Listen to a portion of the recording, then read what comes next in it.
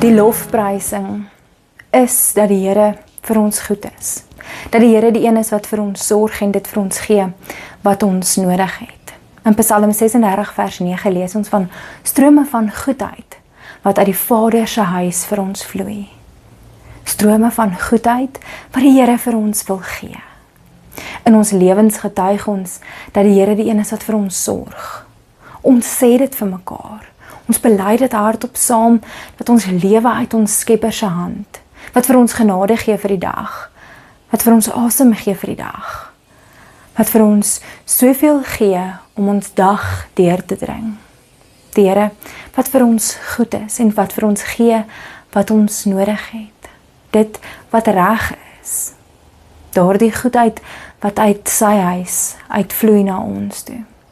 Ons weet dit, want ons sê dit vir mekaar wanneer dit met ons goed gaan. Ons weet dit, want ons sê dit ook vir mekaar wanneer dit minder goed gaan. Of wanneer dit negatiewe en slegte en uitdagende tye is, wat ons weet dat die Here daar is.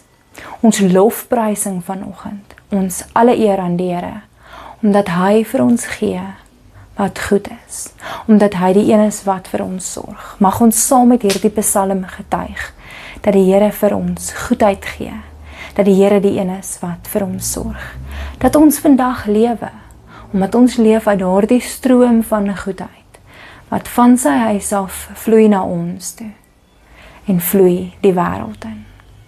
Mag jy uit daardie stroom van goedheid vandag drink, maar dit weet, dit raak sien, en dit ook aan ander vertel, sodat hulle ook daardie goedheid van die Here kan raak sien.